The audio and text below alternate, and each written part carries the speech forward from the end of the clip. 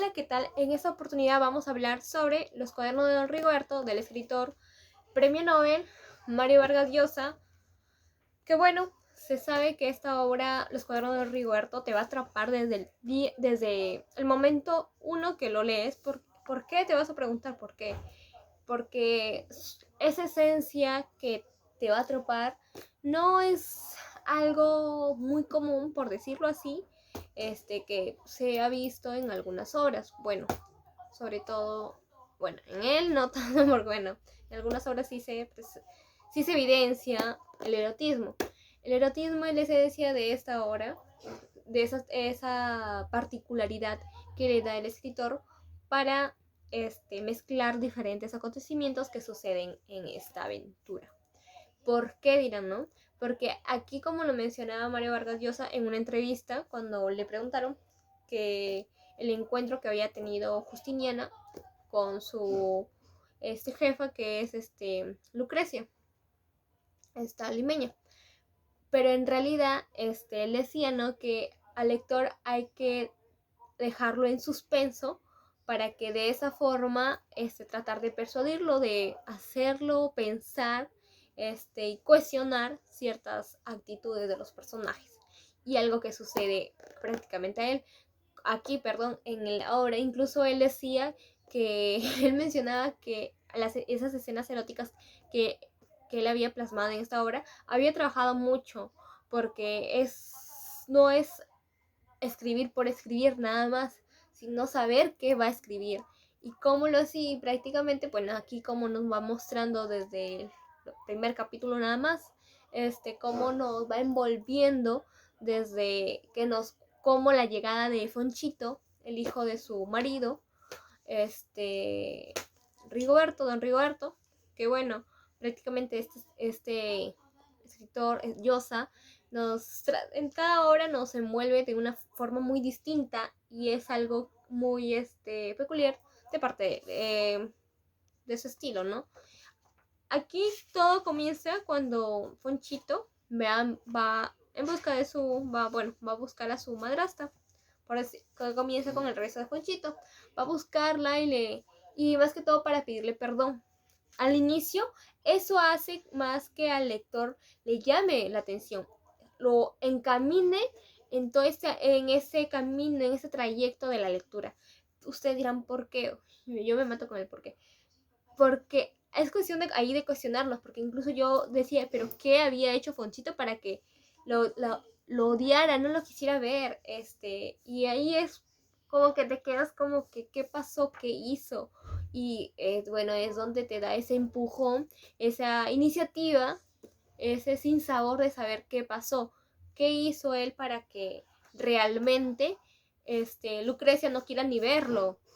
Porque incluso cuando llamaron a la puerta, que tocó él, doña Lucrecia no lo quería ni ver. O sea, le dice, y le dice, pues le dijo él, ese Fonchito le dice que le extrañaba mucho, le te extraño mucho, madrastra. Y ella le dice, ¿tú qué haces aquí, no? Y él se había saltado una clase, se había salido la clase para ir a verla a ella. Y es como que ella estaba sorprendida, ¿no? Que se desmayaba de esto, ¿por qué había ido Fonchito a verla? Pero bueno, era para pedirle perdón, que se le disculpara. Y ahí es donde, justo cuando aparece también Justiniana, su empleada, sirvienta, decía Lucrecia, que sonaba muy despectivo, y realmente sí lo es. Y bueno, ahí nos plasma de qué lugar habían acontecido todo este acto, bueno, que fue en Lima. Ella era morena, nos mencionaba incluso de cómo la trataba a Justiniana. También Lucrecia le decía, ¿no? Porque Fonchito le prácticamente insistía demasiado en que lo disculpara, que le pedía perdón cada rato, pero ella dijo que no, dice, yo no te disculparé, malvado, porque era, como decía Justiniana le decía, tú eres un demonio, tú eres un ángel vestido de demonio. Y es que la verdad es que yo debería, de verdad, les invito a leer, porque es una obra que desde lo que usted, que desde el primer capítulo que se leen, les llama la atención, capta al lector, los hace reír, es muy entretenida, no te vas a aburrir. Quizás en algunos capítulos ya de a partir de la 200 adelante, quizás va a ser un poco abrumador porque nos empiezan a hablar incluso sobre Onetti, empieza a hablar sobre la obra La vida es breve de Onetti, nos empieza a mezclar muchas cosas porque acá son como dicen los cuadernos de Rigoberto, sí, los cuadernos, pero ¿a qué te referirás?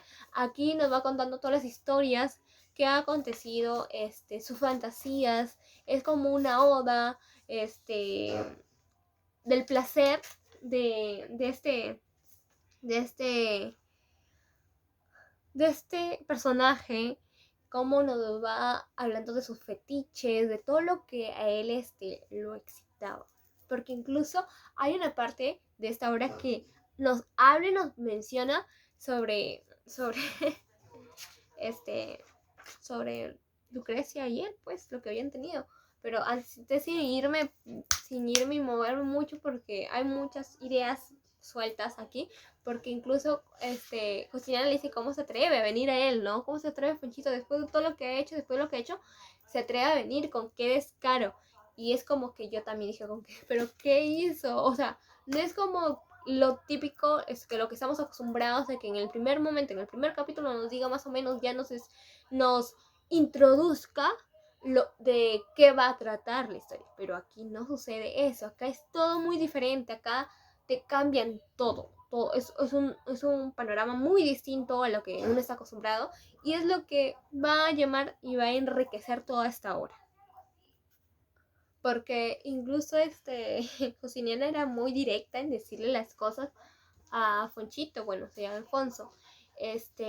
Cuando él dice, él lloraba prácticamente, o sea, implorando su perdón, pero Lucrecia decía, ¿cómo se le ocurre, cómo se atreve a venir, cómo se le ocurre venir después de hacerme derramar tantas lágrimas, después de hacer todo lo que hizo, todo el sufrimiento que ha causado a su padre, y a ella también ha venido? Incluso mi querida estimada Justiniana le dice a no, como ya se había mencionado, dice, no se dejen engatusar por su cara bonita, es Lucifer en persona, usted lo sabe. Y bueno, y también decía, una víbora con cara de ángel, un besugo. Y bueno, es muy descarado. Este Fonchito era bien descarado porque le daba, o sea, a pesar de lo que había hecho, bueno, ¿qué había hecho? Así que hasta el último, era un insensato. No tenía vergüenza. Incluso ahí, dentro de esto, en todo ese que va describiéndonos, nos va hablando sobre su artista, Egon Schiele, nos habla sobre este grabador australiano que murió a los 28 años tras de una gripe aspa. Cómo sus cuadros, su vida, todo lo de él quería quería hacerlo. Todo lo que había hecho ese pintor, este grabador quería hacerlo, Fonchito. Quería hacerlo con su madrastra. Oye, era alucinante todo lo que había leído y todo lo que conocía de él, hasta de sus padres, su madre María, todo sabía.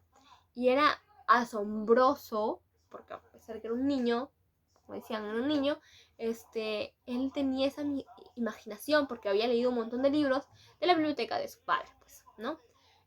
Y bueno, como su padre también tenía esas fantasías eróticas muy, muy raras, de verdad, porque tenía hasta fetiches con los gatos. Y al principio,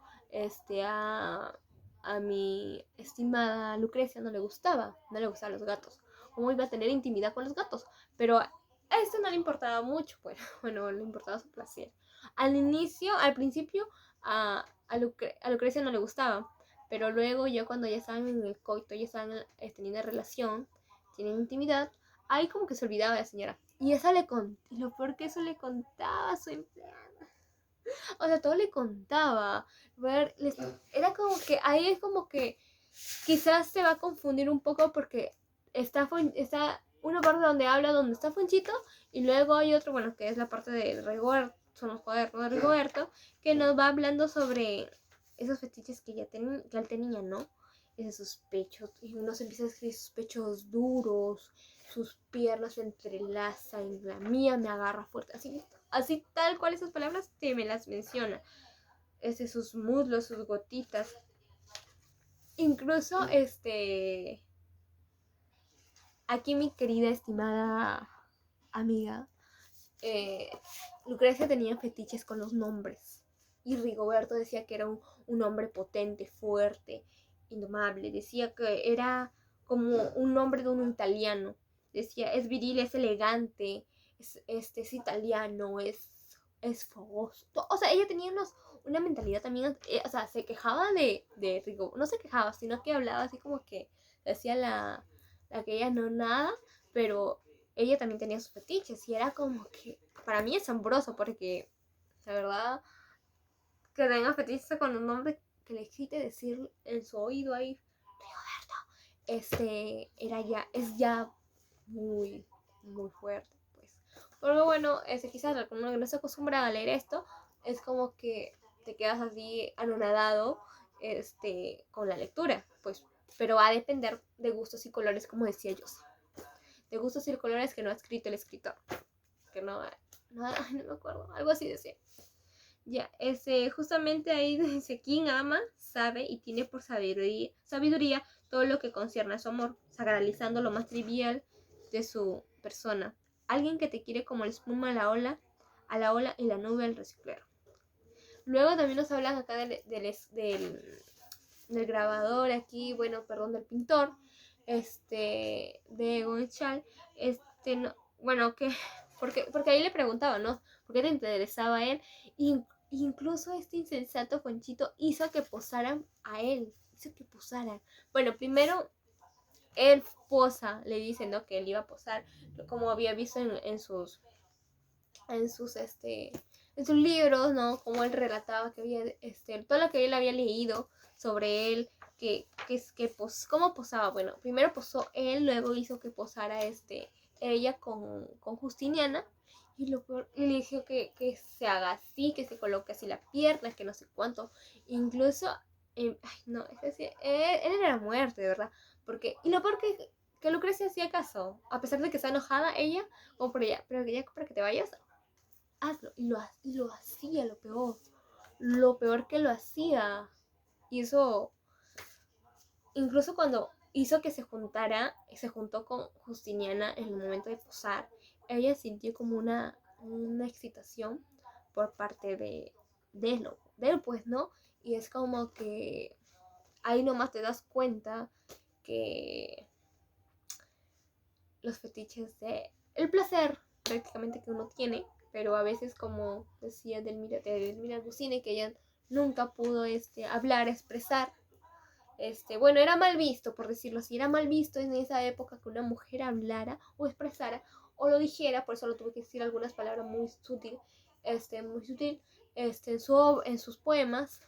Algo así sucede acá, que si uno lee esta obra, quizás se puede espantar por todos los acontecimientos, pero siempre hay, como decía Llosa, hay un momento como para cortar ya lo que se está diciendo para poder transmitir al lector, para poder transmitir esas emociones y también hacer lo que él razone, entienda o interpreta, y puede ir creando él mismo en su mente que lo que hubiera pasado, porque incluso ahí dice, había una parte de una escena que decía, que se empieza a describir todo el acto y dice, y se queda, y puntos suspensivos y ya nada, muy qué, nada, pero no habla nada. Pero bueno, acá también sabía que había sido su pintor, él hablaba, conocía mucho, incluso cuando hablaba que había pintado a sus cuñadas, su hermana, había así, todo eso que escribía, que había tenido, incluso que había muerto muy joven, a los 28, que se había ido a la cárcel. Decían que se había ido a la cárcel por motivo de que había secuestrado a una niña, porque él tenía esos fetiches de pintar a niñas. Y gafo de tantito parecía igualito, todo quería imitarlo. Tenía esa fantasía, este pintor. Y él todo todo tenía que ver con él, de verdad, todo, todo. Bueno, ya pues para no tampoco contestar mucho, para que puedan leer. También lo que nos hablan aquí, aparte de todos esos fetiches que tenía mi querido, de Rigoberto, también nos habla, hay un capítulo que nos menciona ahí sobre el viaje que había tenido Lucrecia con Modesto, que le había llegado una carta, y en esa carta prácticamente él estaba casado, Modesto está casado con una estadounidense, pero a este le llegaba, pues, porque él también estaba, le daba fetiche, pues, ¿no? Era para pasar tiempo. Pero Lucrecia le cuenta a su marido, a Rigoberto, sobre la carta y sobre que le decía que le invitaba a un viaje y que ya había comprado todos los boletos. Y al final sí se fue. E incluso ella le cuenta a él lo que había pasado, porque primero era como que todo le había tratado bien, que no sé cuándo, no se habían besado nada, pero luego sí como que muestra de agradecimiento, lo besó y luego se acostaron, tuvieron intimidad. Y eso le contó a todas esas fantasías que tenía. Ella tenía con varios amantes, había tenido con varios, porque incluso al final lo dice, que ella había tenido como un montón de hombres. Había tenido, y él, y bueno, ella había tenido, pero él sabía todo, porque le contaba y cómo lo describía. Y no era algo nuevo o algo que desconocía Rigoberto, porque él le escribía todo lo que estaba hablando, haciendo su mujer. Y a pesar de eso, él seguía con él, porque eso le excitaba, pues eso saber él lo que hacía su mujer era lo que ya le daba ¿cómo lo puedo decir? Le daba ese plus a su relación, por querer decirlo así, porque ya no sé ni cómo llamarlo. Pues, era su fetiche, pues entre gustos y colores, no sé. Eso se fue, le contó. Luego también nos habla sobre Fito Cebolla, cuando prácticamente se insinuó a Justiniana. Ay, cuando a Justiniana, que incluso le dio que no le rompió del todo el vestido, quiso sobrepasarse con ella. Y acá estaba en furia. Bueno, esta lo golpeó, lo golpeó, se defendió. Y mi querida Lucrecia se enfadó, le habló, fue a abrazarla a su querida empleada, pero lo que no sabían es, y creo que había una cámara, me da a entender como si había una cámara que Rigoberto lo miraba y observaba. Bueno, lo que yo lo logré interpretar. También nos mencionaba ahí una parte donde había Lucrecia con con Justiniana habían tenido intimidad. En ese momento cuando sucede eso, ella se va, entonces le invita vino, primero entre coqueteos, entre miradas, entre ida y venida, algo que no le sorprendió a Justiniana porque se dejó, porque le gustó, le tuvieron un acto, pues, ¿no? Y un acto lésbico. Que bueno, que eso le contó su marido, porque ahí es como una historia así que le está contando a él, le está hablando esa técnica, muy bonito. O sea, hace que tú incluso vivas y es como que tú seas un protagonista, o seas un testigo, un personaje testigo ahí, evidenciando cada acontecimiento que sucede en toda la obra. Que te quedas así como que, un espectador más, como Rigoberto, cuando, bueno, escuchaba. Y yo, bueno, habían tenido intimidad y era como que a ella era algo que la excitaba. Y no había sido el único, pues. Porque incluso hasta con su hermano se metió, pero ese fue incluso su hermano de Rigoberto. Su hermano Narciso le dijo, no, que las intercambias. O sea, que las cambiaditas. O sea, para que él se acueste con su mujer. Pero él dice que era monógamo, pues que solamente tenía ojos, solamente lo hacía con su mujer. Bueno, pero le dijo a su cuñada Isle, pero con el otro, con su hermano sí tuvo intimidad, no tuvo un descaro, o sea, le da, pero al principio, como le decía ella, ¿no? Que tenía celos, sentía muchos celos, pero bueno, ya pues era también le ganaba ese deseo. Y era como que, bueno, él sabía todo lo que hacía, así que por las puras. Porque ya luego de eso nos sigue hablando de, nos empecé a hablar sobre Neti, incluso nos habló de Francis de León, sobre un poema, nos mencionaba. Luego también ahí, sobre las cartas anónimas que había recibido pero es Lucrecia, la primera carta anónima que recibió Lucrecia.